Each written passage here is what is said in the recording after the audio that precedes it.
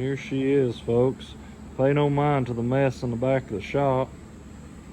This is a 1986 Venture K155, all original, matching trailer, matching outboard, all matching seats that are in great condition. It's been garage kept its whole life. We got the old school depth finders that still work. All the gauges work. I am so excited. We're working on this 1986 Johnson 70. We've got the all original Venture K155. Hasn't been on the water in 14 years.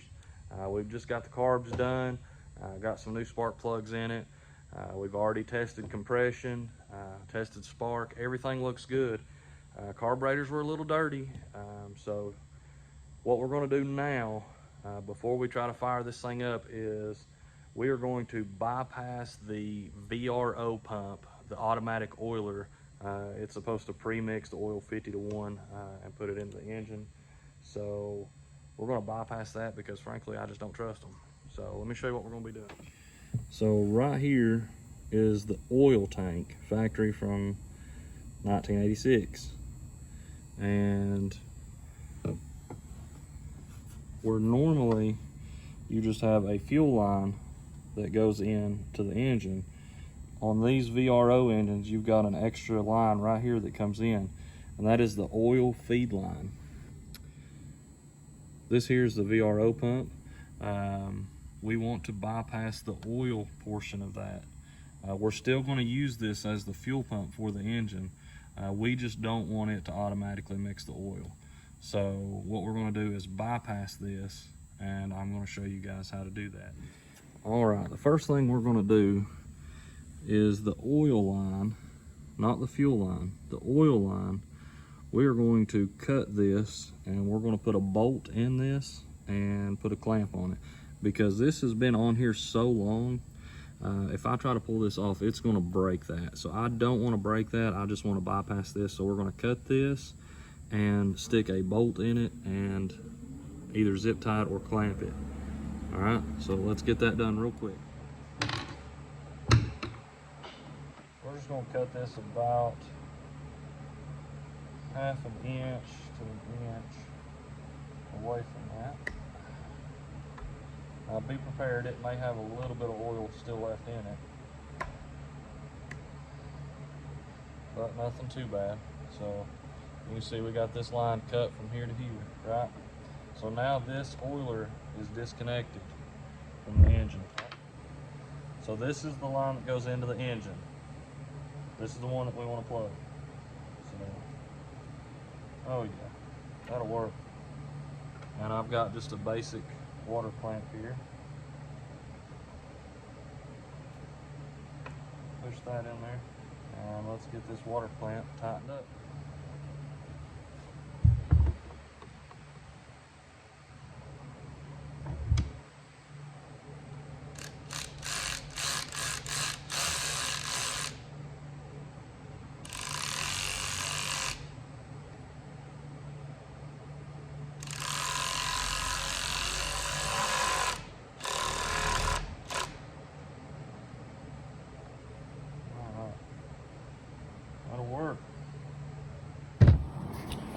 Alright, if you look at your VRO pump, I don't know if you can see, there's some wires coming down out of the back of it there. There's 3 wires that come down out of the back of your VRO pump, right there. And they come up, just follow them around. You follow that harness, and it will come to here. So you've got 3 wires coming in, 3 wires going out. So normally this clamp is holding this together. What we want to do is to get that unplugged. So let's pull that apart. Now there's nothing to pulling that apart. You just got a half moon there. You see it? Nothing to it. Just pull straight apart. The important part is not only unplugging the oiler there, but if you come back to the back and you look, there's 2 wires that come off your oiler, okay? Now if you follow those wires around, they'll come around and in this way, and they will come through to right here. Right here is your 2 wires that come from your oiler. All right, one of these is a ground. We're going to take that ground off. The other is this wire right here, black on one end, brown on the other. Some of them have a pull apart, kind of like the plug, but this one has some heat shrink on it. And what we're going to do with this is just cut the end of this, and we'll put some tape on it, and it should be good to go. So let's get that done. All right, let's get that ground wire off there first. It is, in fact, a 7/16. I'm just going to loosen this up. Come off there.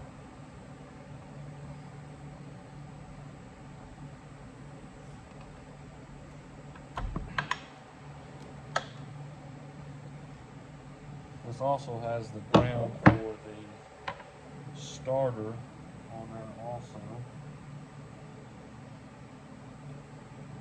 Just going to pull the ground off for the oiler, and we're going to put the starter ground back on there. And we're going to tighten that 7/16 nut right back on there. Nothing to it, folks. If I can do it, anybody can do it. Get that good and snug back on there. Now we've got that disconnected. We're going to take a pair of wire cutters. You're going to find your wire that's black on one end, brown on the other, and you're just going to cut it. You can cut it wherever you like. About right here. Got it snipped up right there. Alright, so now you can just take your time, pull these wires back out of the engine. Hopefully we can do this without getting snagged or anything.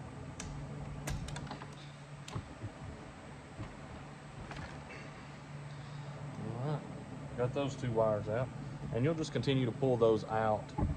You'll continue to pull those out all the way through till you get them down to the oiler, then you can roll them up. And we're going to be taking that oiler out. So same thing with the hose that you cut. The oiler hose that you cut and you put a bolt in, this hose, you'll just pull it back through and feed it out. So, all right, folks, we're going to get to cleaning this up. I hope it's helped somebody. Very, very simple to do. Like I said, if I can do it, anybody can do it. Once you get your line cut and you get it unplugged up here, just take some black tape, tape it up, zip tie it, make it nice and clean, and then pull your lines out of it. And it's as easy as that to bypass that VRO. Now, once you do this, you will have to pre-mix your gas 50 to 1. The best thing in the world you can do, my dad's old school, he can do it in his head, but if you go to Walmart is where ours is, they have, if you go back to the boating section, there is a clear bottle. Let me go get it and I'll show it to you. All right, you can pick this up at Walmart for less than $5 and it will save you a ton of time. It's basically got a chart going all the way across of all the different fuel mixtures, and as you can see, right here is the 50 to 1, and the one side is how many gallons of gas you want to put in your boat. So I have this pre-mixed already to where I'm going to be putting about 6 gallons of gas in this boat. So I just pour the 2-stroke oil in up to where it says 6 gallons. Pour this in and then dump the gas in on top of it, and you have successfully mixed 50 to 1 for 6 gallons. And like I said, a lot of those old timers can just do it in their head, but that's okay. Hope you guys enjoyed this. If you guys got any questions, just hit me up in the comments. Remember to like, share, and subscribe. It always helps. We're going to continue to take you guys on our adventures, whether it be tuning up an old boat motor, doing some fishing, maybe doing some hunting, maybe even doing some camping. So you guys just stick along with us, and I hope you guys have a good time. Hope you had as much fun as I do. Man, this stuff is like stress relief. I ain't even kidding. You be having the worst day if you're like me, and get out and start tinkering on something, just something to keep your mind busy, and you can forget about all the stress you had at work that day. So appreciate you guys coming with me, and we will catch you on the next one. Thank you.